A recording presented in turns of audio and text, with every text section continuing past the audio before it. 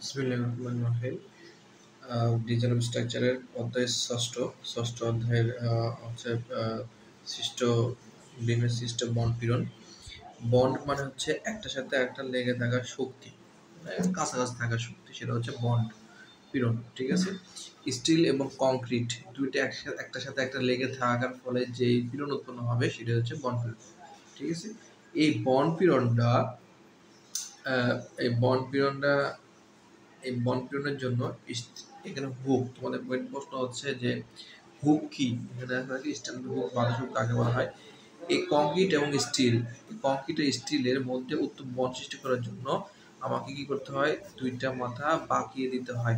ঠিক আছে। 90 ডিগ্রি অ্যাঙ্গেলে, 135 ডিগ্রি অ্যাঙ্গেলে, 45 ডিগ্রি অ্যাঙ্গেলে, 135 ডিগ্রি অ্যাঙ্গেলে বাঁকিয়ে দেওয়া হয়, যাতে কংক্রিট এবং স্টিলের মধ্যে উত্তম বন্ড সৃষ্টি হতে পারে। লোহার এবং পীড়নের ফলে বা এরপর লোড প্রয়োগের ফলে যাতে কংক্রিট স্টিল পরস্পর থেকে আলাদা হতে না পারে, সেই জন্য প্রান্তদেশ বাঁকিয়ে দেওয়া হয়।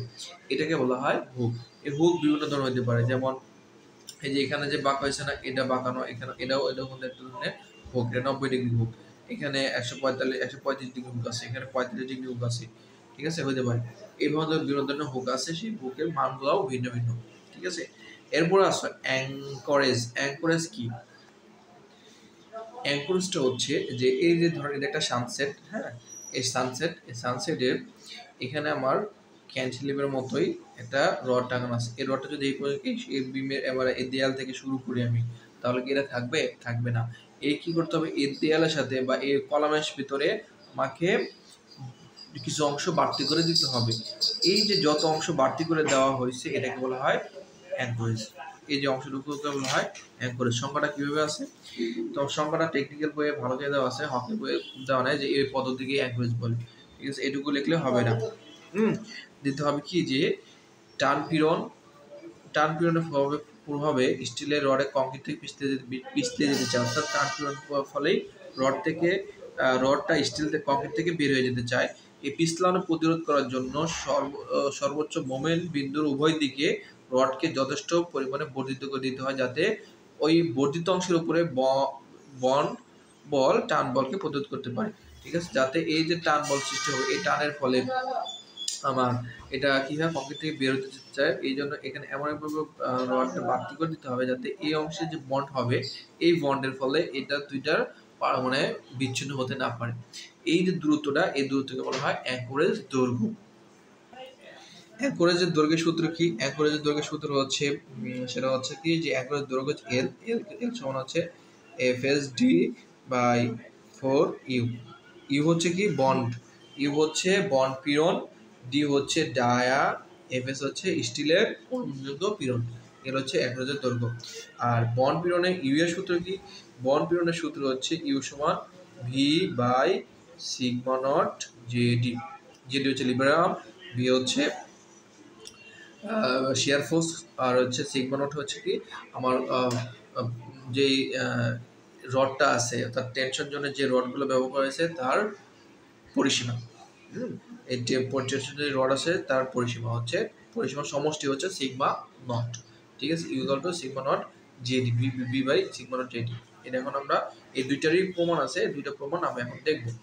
সাধারণত এই প্রমাণ দুইটা টেকনিক্যাল বই থেকে পড়ার চেষ্টা করবা, আর টেকনিক্যাল বইয়ে যে তারা সুন্দর করে ভালোভাবে দেওয়া আছে আর কি। সেটা কি, চিত্রটা হচ্ছে এই যেরকম লিন্টেলের মতো এই চিত্র একটা, হ্যাঁ, এই চিত্র দিয়ে দিবা। সেটা হচ্ছে এখানে পি বল লোড দিতেছে, আর এখানে উপরে টেনশন সাধারণত জানি আমরা যে ক্যান্টিলিভার অথবা লিন্টেলের উপরে টেনশন জোন হয়, নিচে কম্প্রেশন জোন হয়, মানে উল্টাটা হয় আর কি। হ্যাঁ, তো উপরে রডটা হচ্ছে টেনশন রেজিস্ট্যান্স ব্যবহার করা হয়েছে, আর এখানে অ্যাঙ্করেজ দিয়ে এল ঢুকানো হয়েছে, বর্ধিত করে বাড়তি করে দেওয়া হয়েছে কলামের ভিতরে বা দেয়ালের মধ্যে। ঠিক আছে, এখানে এল কি, এল হচ্ছে সাপোর্টের মধ্যে প্রস্তুত রডের দৈর্ঘ্য, মানে যার দৈর্ঘ্য আমাকে অ্যাঙ্করেজের দৈর্ঘ্য নির্ণয় করতে হবে এল। চিত্র দেওয়ার পর নোটেশন দিতে হবে ডি কি, লম্বালম্বী টান রডের ব্যাস, অর্থাৎ এই যে রডটা, এই রডের ব্যাস হচ্ছে ডি। এফএস হচ্ছে এই রডের, এই যে রডটা ব্যবহার করছে রডের, এফএস হচ্ছে কি পীড়ন, কি পীড়ন? অনুবন্ধযোগ্য পীড়ন, টান পীড়ন। ইউ হচ্ছে বন্ড পীড়ন, রডের পরিসীমা হচ্ছে পাইডি। এখন এই যদি রডের পরিসীমা মানে কি, রডটা যদি এরকম হয় তাহলে আমরা জানি এটা বৃত্তাকার রড না, বৃত্তাকার রডের পরিসীমা কি পাইডি। গোলাকার রডের ক্ষেত্রফল কি, স্টিলের ক্ষেত্রফল হচ্ছে পাই বাই 4 ডি স্কয়ার। তো লম্বালম্বী টান রডের পরিমাণ, টান রডের টান বলের পরিমাণ।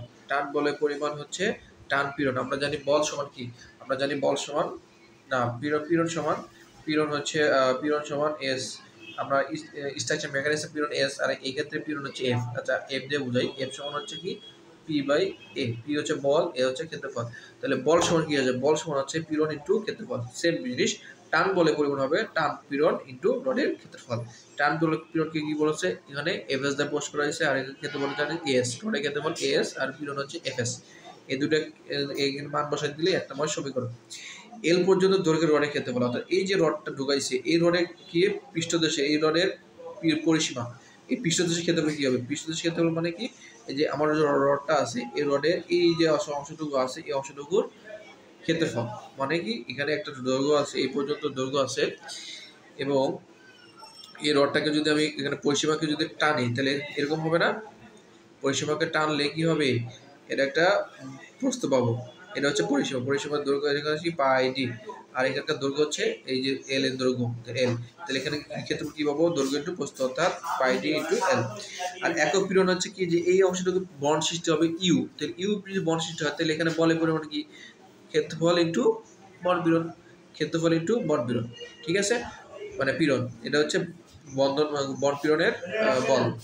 এখন আমরা কি জানি, সাম্যাবস্থার জন্য জানি যে সাম্যাবস্থার সূত্র অনুযায়ী যে সাম্যাবস্থা থাকবে কি, ফেল না হলে সাম্যাবস্থা থাকলে এই দুইটা বল সমান হবে। তার মানে বন্ডের বল আর হচ্ছে টান বলের পরিমাণ সমান, অর্থাৎ এই দুইটা সমীকরণ সমান যদি হয় তাহলে এখান থেকে এল সমান এফএসডি বাই 4ইউ এটা প্রমাণিত হয়ে যাবে। ঠিক আছে, আশা করি বুঝতে পারছো। এরপরে যেটা প্রমাণ আছে সেটা হচ্ছে বিমের বন্ড পীড়ন সূত্র ইউ সমান V by sigma naught ZD. এই প্রমাণের চিত্র চতুর্থ অধ্যায়ের পীড়ন, শিয়ার পীড়নের চিত্রে একদম হুবহু, একদম হুবহু। মানে কি ওই ওই তোমরা যদি এটা না বুঝো আমি এটাকে আর বিস্তারিত বলবো না, যে তোমরা এটা এই অংশটুকু, অর্থাৎ এই যে 1 নম্বর সমীকরণটা আসলো, এই 1 নম্বর সমীকরণ পর্যন্ত সেম জিনিস চতুর্থ অধ্যায়ের, অর্থাৎ চতুর্থ চ্যাপ্টারের শিয়ার পীড়নের অধ্যায়ে এখানে আছে, সেখানে এই অংশটুকু একদম হুবহু করা আছে, তোমরা সেটা দেখে নিবা। ঠিক আছে, এরপরে যে অংশটুকু বাড়তি সেটাও কি, যে এই অংশটুকু কেটে দিছে, এই অংশ দরকার নাই, এই অংশটুকু না দিলেও সমস্যা নেই, না দিলেও হবে। ঠিক আছে, এইটুকু না দিয়ে জাস্ট কি এখানে পরবর্তী এই লাইনে পরে লিখবো যে প্রধান রডের পৃষ্ঠতলের ক্ষেত্রফল। প্রধান রডের পৃষ্ঠতলের ক্ষেত্রফল মানে কি, প্রধান রড হচ্ছে কি, যে আমার এই যে বিমের যদি নিচে যে রড ব্যবহার করা হয়েছে, এই প্রধান রডের পৃষ্ঠতল মানে কি, এই যে পৃষ্ঠ আছে না, এই পৃষ্ঠতলের ক্ষেত্রফল কি হবে, সিগমা নট ডেল এল।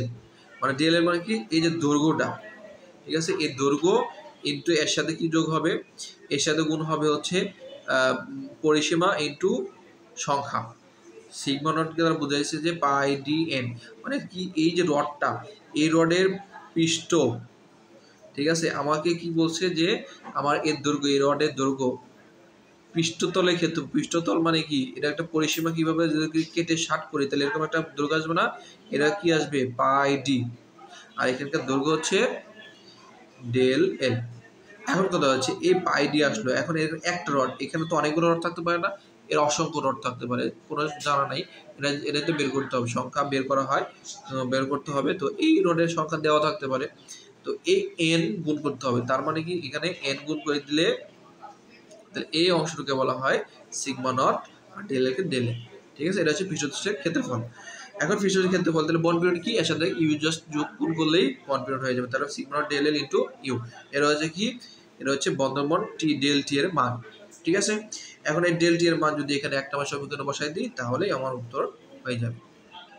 ঠিক আছে, আশা করি তোমরা বুঝতে পারছো, জিনিসটা একদম সহজ, আর এই দুই সূত্র ম্যাথ করার জন্য লাগবে। তো এই সূত্র দুইটা ভালো করে প্রমাণটা যদি বুঝতে পারো তাহলে ম্যাথ করতে তোমাদের সুবিধা হবে। আর আমি একটা শীট বানিয়েছি, সেই শীটে তোমার ডাব্লিউএসডি পদ্ধতি, এসিআই কোণ অনুযায়ী ডাব্লিউএসডি পদ্ধতি, এমকেএস পদ্ধতি, এপিএস পদ্ধতি, ঠিক আছে, আবার ইউএসডি পদ্ধতি, এমকেএস, এপিএস আছে। তো আমাদের মোটামুটি তোমাদের ম্যাথের জন্য পরীক্ষার জন্য এমকেএস পদ্ধতি বেশি আসে, মানে ডাব্লিউএসডি পদ্ধতি বেশি আছে, ইউএসডি পদ্ধতি সাধারণত আসে না।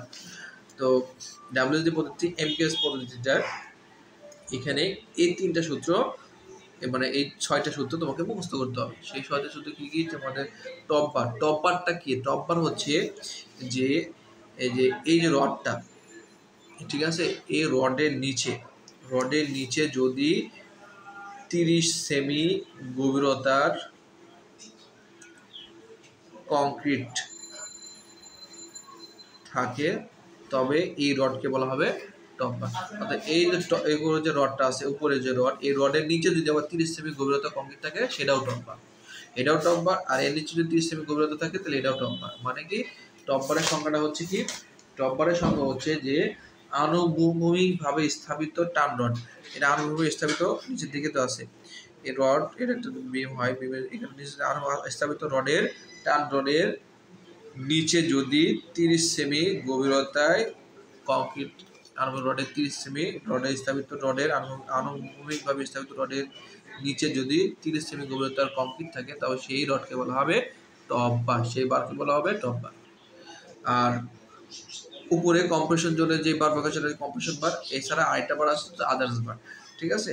যদি এই দুইটা বাদে বাকি সব বার হচ্ছে আদার্স বার। এই অ্যালোয়েবল মানে অনুমোদনযোগ্য বল পীড়নের সূত্র হচ্ছে 2.29 √F/c/d, হ্যাঁ, কেজি পার সেমি স্কয়ার।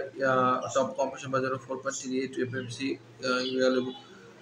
আদার্স বারের জন্য 3.23 F/c/d। এটা হচ্ছে এফপিএস পদ্ধতিতে 3.4, এর একক কি হবে? পিএসআই, এর একক হচ্ছে কেজি পার সেমি স্কয়ার। অর্থাৎ এই 6টা সূত্র তোমাকে মুখস্থ করতে হবে। তার মধ্যে এই যে কম্প্রেশন বারটা সাধারণত আসে না, মানে ম্যাথে ক্লিয়ার করার জন্য টপ বার এবং আদার বার, টপ বার এবং আদার বার এই দুইটা সূত্রের সবচেয়ে বেশি দরকার হয়, ঠিক আছে। আর একটা জিনিস রাখতে হবে, সেটা হচ্ছে যে এটা হচ্ছে ডিফর্ম বার। ডিফর্ম বার হচ্ছে কি? যেই বারে যে রডের পৃষ্ঠদেশ মসৃণ নাই, অমসৃণ, অর্থাৎ এরকম ঢেউ খেলানো আছে, ঠিক আছে, সেটা বলটা হচ্ছে এই যে একটা রড, এই রডের পৃষ্ঠ যদি এরকম ঢেউ খেলানো মানে এরকম ডোরা কাটা থাকে তো সেটাকে ডিফর্ম বার বলে। আর যেটা ডোরা কাটা নাই, একদম মসৃণ, সেটা হচ্ছে প্লেন বার বলে, ঠিক আছে। তো এটা হচ্ছে ডিফর্ম বারের জন্য দুইটা। প্লেন বারের ক্ষেত্রে ডিফর্ম বারে অর্ধেক হবে, প্লেন বারের ক্ষেত্রে সেম কিন্তু ডিফর্ম বারের অর্ধেক হবে। আর প্লেন বারে ইউএসডি ক্ষেত্রে আমার প্লেন বারের ক্ষেত্রে ইউএসডি ক্ষেত্রে কি হয় না, মানে বন্ডের জন্য ইউএসডি প্লেন বার ব্যবহার করা হয় না, ইউএসডিতে প্লেন বার ব্যবহার করা হয় না, ঠিক আছে। এই অধ্যায়ের ম্যাথ সাধারণত খুব কম আসে, ঠিক আছে, এই অধ্যায়ের ম্যাথ খুবই কম আসে। তারপরে জাস্ট ছোট একটা ম্যাথ, জাস্ট সূত্র ফেলাই দিলে হয়ে যাবে। তো এই ম্যাথগুলো কি? যে ধরো একটা ম্যাথ আছে, একটি ক্যান্টিলিভার বিম। বিমটা কি? ক্যান্টিলিভার বিম। সাধারণত এই ধরনের এই কি বলে এটাকে, অ্যাঙ্করেজের দৈর্ঘ্যের যে ম্যাথগুলো সবগুলো ক্যান্টিলিভার বিম হয়, ঠিক আছে, অথবা সানসেট হবে। এই ধরনের 4টা 20 মিলি রড 22 মিলি ব্যাসের রড ব্যবহার করা হয়েছে।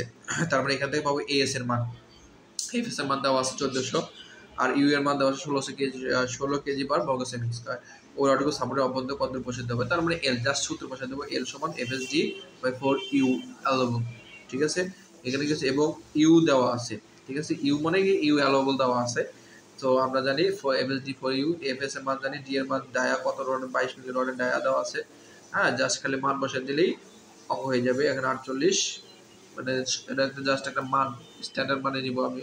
তুমি এখানে 48 ও 12.5 মানে 48.125 আছে, তুমি এখানে 48.5 নিতে পারো, সর্বসম দিয়ে তুমি অনুমোদন নিতে পারো, সমস্যা নেই, একই জিনিস হবে।